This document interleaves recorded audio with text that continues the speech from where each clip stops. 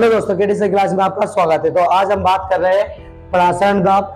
मतलब क्या ना, मतलब आज हम प्रासरण दाब पढ़ेंगे। प्रासरण दाब को समझने से पहले आपको प्रासरण का समझना क्या होना चाहिए, बहुत जरूरी होना चाहिए।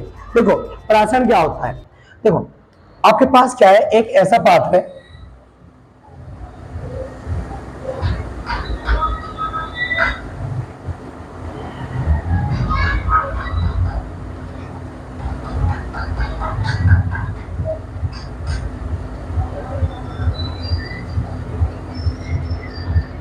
ये पात्र हो गया आपका ए, ये पात्र हो गया आपका बी। सही है। प्रासरण को समझने के लिए आपको विलयन की सांद्रता का पता होना जरूरी है। देखो विलयन की सांद्रता जो निर्भर करती है, वो निर्भर करती है कि विलयन में विलय के पदार्थ कितने उपस्थित है। कहना मतलब क्या है, सुनो। जैसे मान लिया आपके पास एक कंटेनर है और इस कंटेनर में आपके पास क्या है, पानी है। और पानी में आपने क्या मिला दिया, थोड़ा सा नमक मिला दिया, सॉल्ट मिला दिया। अब जब इसमें आपने पानी में थोड़ा क्या मिला दिया, नमक मिला दिया, तो सिंपल सी बात है कि इस विलयन की सांद्रता क्या हो जाएगी, उच्च हो जाएगी। विलयन की सांद्रता क्या होगी, उच्च होगी, मतलब हाई लेवल पर होगी। अगर खाली आप पानी पानी मिलाओगे, और जब पानी पानी मिलाओगे तो इसमें आपका विलय पदार्थ कुछ भी उपस्थित नहीं है। तो जब विलय पदार्थ कुछ उपस्थित नहीं है तो सिंपल सी बात है कि इस विलयन में जो विलयन की सांद्रता होगी वो क्या होगी, निम्न होगी। क्योंकि विलयन की सांद्रता जो निर्भर करती है वो विलय पदार्थ पर निर्भर करती है। पहली बात आपकी ये पता होनी चाहिए। सही है। यानी किसी विलयन में जितना आपका विलय उपस्थित होगा उतनी उस विलयन की सांद्रता क्या होने वाली है, उच्च होने वाली है। इतनी बात क्लियर हो गई। अब देखो आपके पात्र ए है और आपके पास पात्र कितना है, बी है। इस पात्र के पास बीच में एक प्रकार क्या होती है, झिल्ली लगी होती है, जिसे हम बोलते हैं SPM, बोले तो अर्ध पारगम्य झिल्ली। इंग्लिश में बोलते हैं सेमी परमेबल मेम्ब्रेन। ठीक है, जिसे हम बोलते हैं अर्ध पारगम्य झिल्ली। अब ये अर्ध पारगम्य झिल्ली कैसी होती है, अब ये अर्ध पारगम्य झिल्ली एक इस प्रकार की बनाते हैं कि जिसमें आपके विलय के कण तो गुजर नहीं सकते। मतलब चीनी के अणु हैं, जो आपके नमक के अणु हैं, जो आपके ग्लूकोज के अणु हैं, जो विलय पदार्थ होगा वो तो इसमें से गुजरने का नहीं, परंतु जो विलायक के अणु होंगे, जैसे पानी है तो विलायक के अणु आराम से इसमें से क्या हो जाएंगे, गुजर जाएंगे। ये बात आप समझते हो। ठीक है, यानी कि आपके पास अर्ध पारगम्य झिल्ली क्या होती है, पहले उसको समझो। अर्ध पारगम्य झिल्ली वह झिल्ली होती है जो अपने में से केवल विलायक के अणु को गुजरने देती है, विलय के अणु इसमें से गुजरते नहीं है। मतलब चीनी के अणु इसमें से गुजरने के नहीं, ओनली कौन से अणु गुजरेंगे, सिर्फ विलायक के अणु, मतलब पानी के अणु। अब आपके पास क्या है, पात्र ए है और पात्र बी है। तो इस पात्र में आपने क्या कर दिया, शुद्ध विलायक भर दिया, मतलब ओनली आपने क्या कर दिया, पानी पानी भर दिया। अब इसको हम दो तरीके से देखें। पहला तरीका देख रहे हैं हम विलयन की सांद्रता से और दूसरा देखेंगे हम विलायक की सांद्रता से। पहले दूसरे वाले पात्र में आपने क्या करा, दूसरे वाले पात्र में आपने थोड़ा सा पानी लिया और इस पानी में आपने क्या कर दिया, नमक घोल दी। मतलब इसमें आपके पास क्या है, विलयन है। इसमें आपके पास क्या है, विलयन है। मतलब इसमें आपका विलय भी है और प्लस विलायक भी है, और इसमें आपका ओनली शुद्ध विलायक है। सही।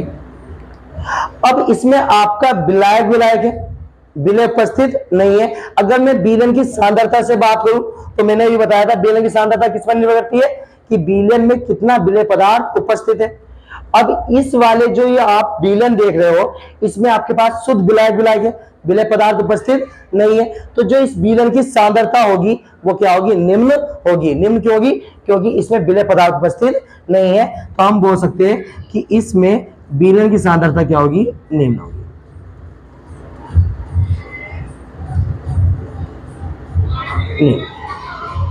सही। अगर वही बात अगर हम इससे बोले बी पात्र से, तो इस वाले पात्र में आपका विलय उपस्थित है, मतलब विलयन में विलय पदार्थ क्या है, उपस्थित है।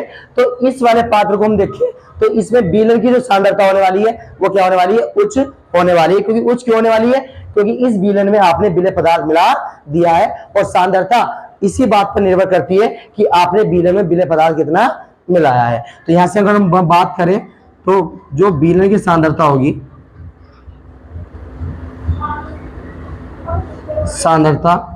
इनकी सांद्रता क्या है बाबू, उच्च है। तो ये तो हमने बात करी विलयन की सांद्रता से। अगर मैं इसी बात को अगर विलायक की सांद्रता से देखूं,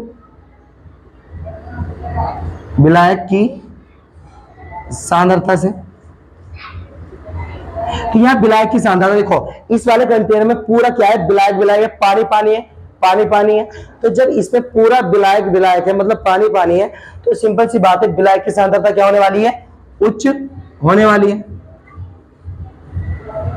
अगर मैं इसी बात को इस पात्र में देखूं, तो इस पात्र में आपका विलायक के साथ क्या है, विलय पदार्थ भी क्या है, उपस्थित है। अब जब विलय पदार्थ उपस्थित है, तो यहाँ विलायक की सांद्रता मतलब पानी की सांद्रता क्या होगी, निम्न होगी, क्योंकि आपने यहाँ क्या करा है, थोड़ा विलय पदार्थ मिला दिया है। अगर हम इधर देखें तो इधर विलायक की सांद्रता क्या है, निम्न। विलायक की सांद्रता क्या है, निम्न। तो बस इसी बात से हम प्राशन को समझ सकते हैं। देखो अगर दैनिक जीवन में देखें, तो दैनिक जीवन में ऐसा होता है कि इंसान वहां जाना पसंद करता है जहां इंसान की भीड़ क्या हो, कम हो। देखो अगर आपने क्या करा, एक पानी की टंकी ली, और एक पानी की टंकी में आपने उसका लेवल क्या कर दिया, हाई, और उसमें आपने पानी भर दिया। और एक पानी की टंकी क्या ली, एक पानी टंकी दूसरी ली, उसका लेवल क्या कर दिया आपने, लो, उसे एक पाइप से कनेक्ट कर दिया।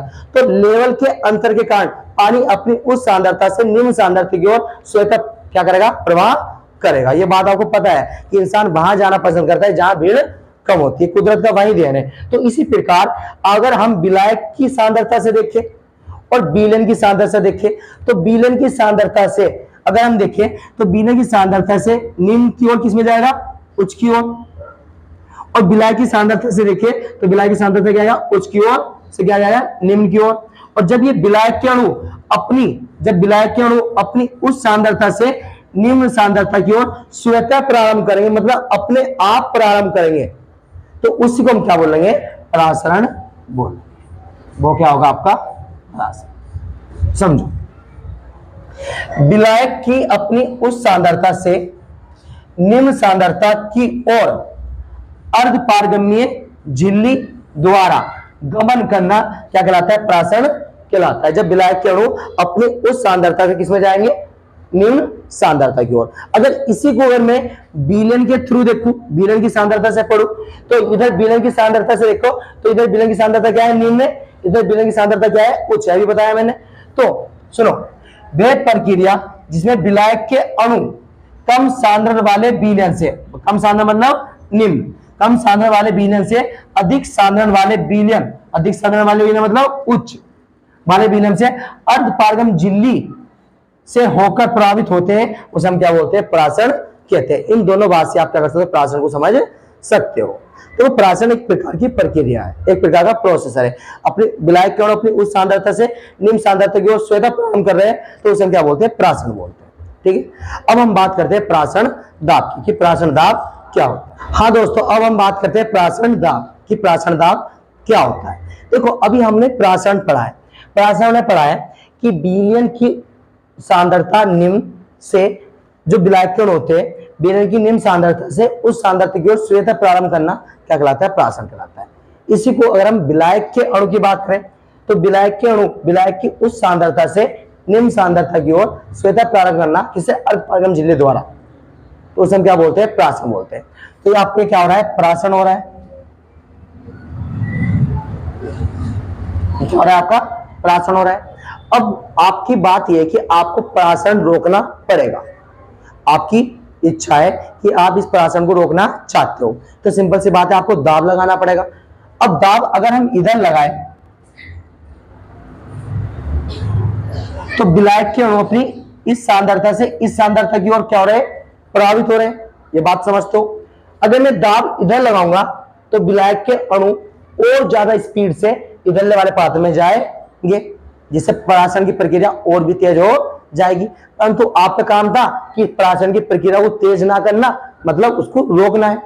तो आप दाब इधर ना लगा के आप किधर दाब लगाओगे, इधर लगाओगे।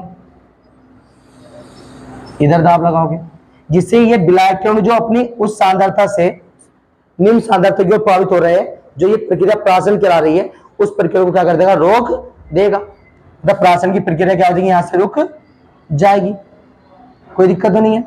तो प्राशन प्रक्रिया को रोकने के लिए आप जो भी वो दाब लगा रहे हो, उसी दाब को आप क्या बोलते हो, प्राशन दाब बोलते हो। सुनो, वह दाब जो प्राशन की प्रक्रिया को रोक देता है, प्राशन दाब कहलाता है। इसे पाई से प्रदर्शित करते हैं। आई होप आपको क्लियर हो गया होगा। अब हम बात करते हैं कि ये प्राशन दाब किस किस बात पर निर्भर करता है। सुनो, सबसे पहले बात करते हैं हम सांद्रता पर। किसकी? विलय की सांद्रता पर, सॉरी विलयन की सांद्रता पर से बात कर रहे हैं, विलयन की सांद्रता। सुनो, अगर विलयन की सांद्रता अगर यहां ज्यादा है, अगर इधर विलयन की सांद्रता ज्यादा है, तो विलयन की सांद्रता का मतलब समझ रहे हो कि इसमें विलय पदार्थ ज्यादा है और विलायक पदार्थ कम है। यानी इसमें दो जो पात्र है ए और बी, मतलब विलय इसमें क्या होगा, ज्यादा होगा और विलायक क्या होगा, इसमें कम होगा। जब क्या करो, जब विलयन की सांद्रता क्या करो, उच्च करो, मतलब नमक के अणु ज्यादा होंगे और पानी के अणु कम होंगे। जब पानी के अणु कम होंगे, जब पानी के अणु इधर कम होंगे, तो इधर से पानी के अणु का प्रवाह क्या होगा, बहुत तेज होगा। सही है, पक्का। जिससे हमें उसको रोकने के लिए दाब भी क्या लगाना पड़ेगा, ज्यादा लगाना पड़ेगा। ये बात आप समझ रहे हो, सिंपल सी बात है। इसमें पानी ज्यादा है, इसमें आपने विलयन की सांद्रता क्या कर दी, उच्च कर दी। विलयन की सांद्रता को उच्च करने का मतलब ये है कि विलय के पदार्थ क्या कर दिया आपने, ज्यादा कर दिए, और विलायक के पदार्थ विलायक के अणु क्या कर दिए, कम कर दिए। मतलब चीनी का अणु इसमें ज्यादा है और पानी के अणु कम है। और जब पानी के अणु इधर कम है, तो इधर वाले पानी के अणु से अपनी उस सांद्रता से निम्न सांद्रता की ओर क्या करेंगे, प्रवाह करेंगे। मतलब प्राशन की प्रक्रिया क्या हो जाएगी, तेज हो जाएगी। और जब प्राशन की प्रक्रिया तेज हो जाएगी, तो प्राशन को रोकने के लिए जो भी आप दाब लगा रहे हो, वो दाब भी क्या लगाना पड़ेगा, ज्यादा लगाना पड़ेगा। तो हम इसलिए बोल सकते हैं कि विलयन की सांद्रता बढ़ने पर प्राशन दाब भी क्या हो रहा है, बढ़ रहा है। और इसके विपरीत अगर हम उल्टा समझे, अगर विलयन की सांद्रता क्या इधर निम्न है, तो सिंपल सी बात है कि विलय पदार्थ की संख्या, विलय के अणु क्या होंगे, कम होंगे, और विलायक के अणु क्या होंगे, ज्यादा होंगे। अगर इधर विलयन की सांद्रता निम्न है, तो निम्न का मतलब यह है कि इसमें चीनी के अणु क्या है, कम है, और पानी के अणु ज्यादा है। और जब पानी के अणु इधर ज्यादा है, तो इधर से पानी का प्रवाह क्या होगा, कम होगा। और जब पानी का प्रवाह कम होगा, तो दाब भी हमें क्या लगाना पड़ेगा, कम लगाना पड़ेगा। तो हम मोटी मोटी बात बोल सकते हैं कि जो आपका प्राशन दाब है, पाई, जिसे हम पाई से पता कर रहे हैं, वो विलयन की सांद्रता सी के समानुपाती होता है। ये बात आप समझ सकते हो। फिर दूसरी बात हम किस पे बात कर सकते हैं, तापमान पर। दूसरी हम बात कर रहे हैं तापमान। देखो, तापमान बढ़ाने पर दाब क्या लगाना पड़ेगा, ज्यादा लगाना पड़ेगा। और तापमान घटाने पर भी प्राशन दाब क्या लगाना पड़ेगा, कम लगाना पड़ेगा। तो हम डायरेक्ट बोल सकते हैं कि जो आपका पाई है, वो समानुपाती किसके होगा, तापमान के, बोले तो टेम्परेचर के। ये आपकी समीकरण कितनी हो गई, 1, और ये आपकी समीकरण कितनी हो गई, 2। तो आप यहां से बोल सकते हो समीकरण 1 बेस समीकरण 2 से जो ये पाई है, पाई से समानुपाती ct, और जब समानुपाती चिन्ह हटाओगे तो एक कांस्टेंट आता है r, तो यहां से फॉर्मूला है CRT। कहीं कहीं बुकों में ये r भी होता है और कहीं कहीं बुकों में ये s भी होता है, तो इससे कंफ्यूज नहीं होना, कोई दिक्कत तो नहीं है। और इस r का जो मान होता है नियतांक का, वो होता है 0.0821। सही है। आई होप आपको प्राशन दाब क्लियर हो गया होगा। तो अब हम चलते हैं नेक्स्ट चैप्टर में, और जिसमें हम पढ़ेंगे